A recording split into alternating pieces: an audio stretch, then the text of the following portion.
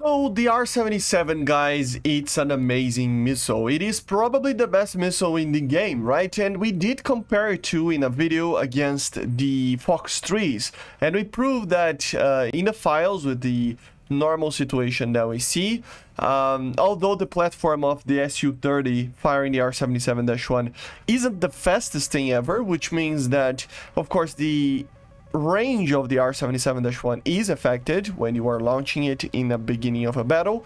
In the normal circumstances, if you have the same speed, same altitude, everything with that, the R-77-1 will win against basically every single other missile in the BVR and short range, medium range, whatever, right?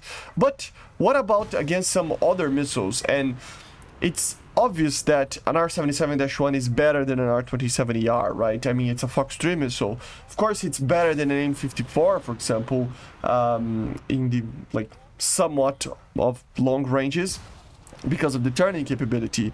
But it is still cool to compare to those missiles to have an idea of how powerful it actually is, you know, and to actually try to measure if we actually need something like an M120C in the game, right? So let's go to StatShark and take a look, and then we go to some battle. And here we have it, R-77-1 against all of these missiles. And why am I putting these missiles?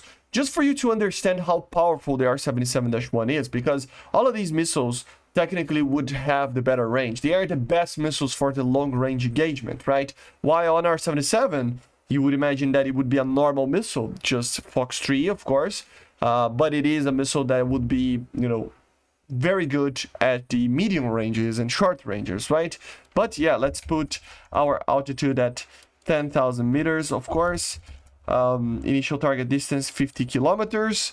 And the target altitude 10,000 meters. Let's put that it's flying at less than 1,000, you know, negative 1,000, and let's calculate what would be the first missile to actually hit.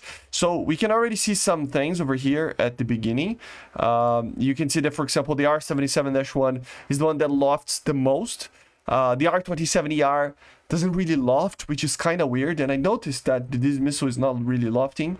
Some people said that it would loft, but anyway, we have an M54A over here, and then we have the Sigil, the other, basically other aircraft or other missiles there, right? So let's see if we have a difference. So you can see already at the beginning, at the first like 20 kilometers of a flight path, the R-77 is the one that it's getting there the fastest, right? But look at this, the Fakur is actually getting faster there. The Sigil is going downwards, and the M54s are right back here. So it feels like, of course, with the burn time of these other missiles, that these missiles will have a better range. Look how aggressive this loft is for the Fakur. It's crazy. I mean, these missiles have so much more range than this. It's kind of crazy. But yeah, see, you know, the R-77 much faster, right? But look at this. Compared to the R-27, for example, which was the main, like, very long-range missile of the Russians, right? Of course, I'm including these other missiles just to have an idea. The real comparison here is between the R-27, because although the R-77 was normally the better missile for you to use in a battle, the R-27ER would be the missile that you would use if you want to do BVR with a MiG-29 SMT, with an Su-27 SM, stuff like that, right? Su-34. You would always take an R-27ER if you want to take a 30-kilometer kill, right? And look at this. Yeah, the Fakur, fastest missile ever almost, together with the Sigil. The Sigil hits actually first, but very close to it. And then the R-77 will hit a little bit before the R-27 and then the Phoenixes. So you can see that at these ranges, of course, I can increase to 100 kilometers here. And of course, an M54, a Fakur, Sigil, the Fakur especially, they will be better than the R-77-1. That's obvious, right? Look at this loft, you know, they can go forever over here and they will have a lot more energy. But you can see that, you know, the R-77-1 is a little bit better than the R-27ER. It turns better, it has more range, and I mean, it was very close to the Fakur 90 and the Sigil. Of course, they are still way better, but it was faster than the M54C and A. So you can see that the R-77-1 kind of brings a little bit of a... basically a new age of Fox 3 missiles. Fox 3 missiles that are medium-range missiles that are smaller and they don't have a lot of burn time, but they are as good as the long-range missiles. And missiles like these, like the M120C and others in the future, is the reason why, for example, the M54 was basically substituted by the M120, right? From the F-14 to the F-18. So that's kind of the idea. A missile that can turn better. It's a lot more agile, of course, 50 Gs, everything with that. And, of course, it has more or less the same energy or better range, right? Like I said, the Fakurs, they're just crazy fast, you know?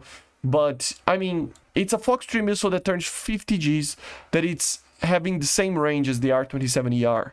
So there's no reason to use the R-27ER. So when we go to something like this, to the Su-30, of course, there is no reason to use this missile.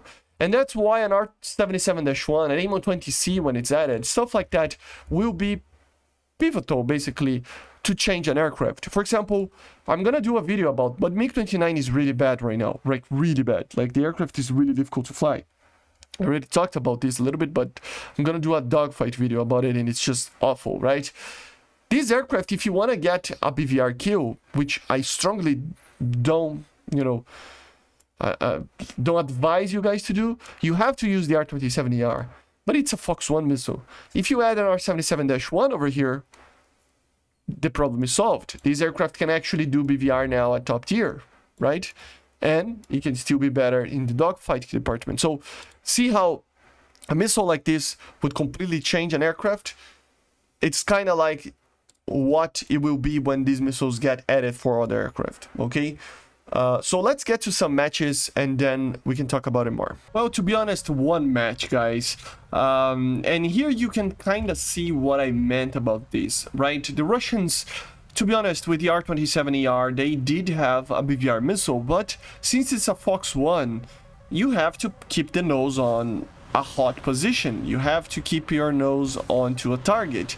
But now you have basically pretty much the same missile in the terms of performance in range, but turning better, and it's a Fox 3, so although you need to keep your nose in until it goes active, or it's rather a good practice to do that, you can turn your nose cold, right? And with that, you can get very good BVR kills from far away. So it is like literally having an R-27ER that turns better, but it's a Fox 3. It's everything that the Russians were asking for, to be honest.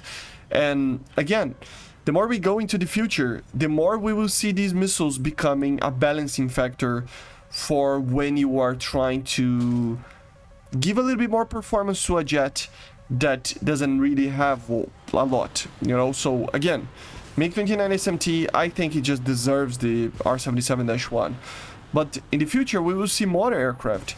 Arguably, even right now, you know, some aircraft will start to be less and less effective with the addition of 4+ generation jets, right? So something like an older 4th generation could always use a new missile like an M120C5, an R-77-1 or something like that to be able to keep on par with it.